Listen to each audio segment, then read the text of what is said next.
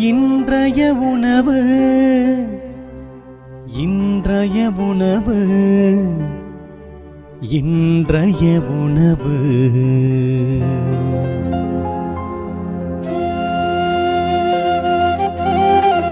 நற்செய்தி வழங்குபவர் தந்தை நிர்மல் ராஜ்.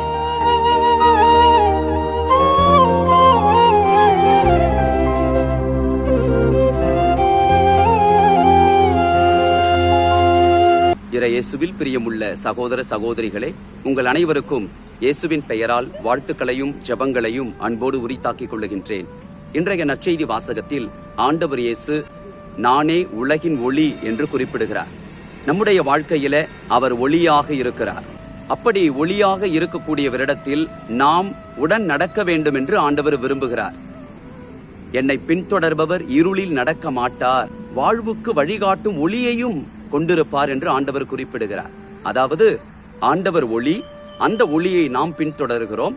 எனவே நாம் அடுத்தவர்களுக்கும் ஒளியை கொடுக்கக்கூடியவர்களாக மாறுகிறோம். எப்படிப்பட்ட ஒரு ஆற்றல் நமக்கு கிடைக்கிறது பார்த்தீர்களா? உலகின் ஒளியாகிய இயேசுவை நாம் அனைவருமே பின்பற்ற கடமைப்பட்டிருக்கிறோம். இருள் நிறைந்த நம்முடைய வாழ்க்கை சூழ்நிலையில அவர் ஒளியாக இருக்கிறார். அந்த ஒளியில் நடப்பதென்பது இருளுக்குரிய காரியங்களை எல்லாம் அழிப்பது என்பதாகும். யோவானுடைய முதல் திருமுகம் முதல் அதிகாரம் 5-6 வசனங்களிலே நாம் வாசிக்கிறோம். ஆண்டவர் ஒளியாக இருக்கிறார், இருள் என்பதே அவரிடம் இல்லை.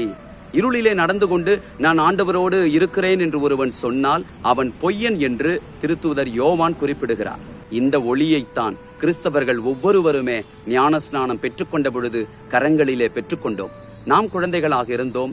நம் சார்பிலே நம்முடைய பெற்றோரும் ஞான தாய் தந்தையரும் பெரியவர்களும் கிறிஸ்துவின் ஒளியை பெற்றுக்கொண்டார்கள். அந்த ஒளி நம்முடைய உள்ளத்தில் என்றென்றைக்கும் சுடர்விட்டு எரிய வேண்டும் என்று கிறிஸ்து நமக்கு அன்றைக்கே ஆற்றலை பொழிந்திருக்கிறார். அதை அணைந்து விடாதபடி நாம் பார்த்து கொள்ள வேண்டும். இயேசுவாகிய ஒளியிலே நாம் நிலைத்திருக்க வேண்டும் என்றால் அடிப்படையாக இருக்க வேண்டிய ஒரு காரியம் அன்பு, இறை அன்பு, பிறர் அன்பு. இருள் என்பது நம்முடைய பாவத்தை காட்டுகிறது, உலக பிரகாரமான வாழ்க்கையை காட்டுகிறது. சாத்தான் நம்முடைய வாழ்க்கையிலே கொண்டு வருகின்ற விவிலியத்தின் மாண்புகளுக்கு எதிராக இருக்கக்கூடிய காரியங்களை அது சுட்டி காட்டுகிறது.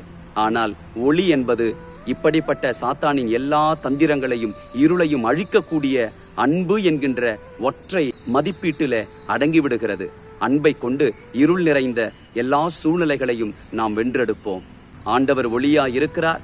அவரை பின்பற்றுகிற நானும் ஒளியை பெற்றுக்கொள்ளுகிறேன். நானும் அடுத்தவர்களுக்கு ஒளியை காண்பிக்கக்கூடியவனாய் மாறுகிறேன். எங்கள் அன்பின் ஆண்டவரே, நீர் உலகத்தின் ஒளியாக இருக்கிறீர். அந்த ஒளியிலே பங்கு பெற நீர் எங்களையும் அழைத்திருக்கிறீர். இருள் நிறைந்த இந்த உலகத்தில நாங்கள் அடுத்தவர்களுக்கு ஒளியாக வாழ எங்களுக்கு அருள் தருவீராக.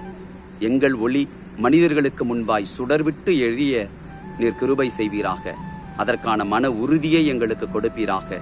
இயேசுவின் நாமத்தில் ஜெபிக்கின்றோம் தந்தையே, ஆமென்.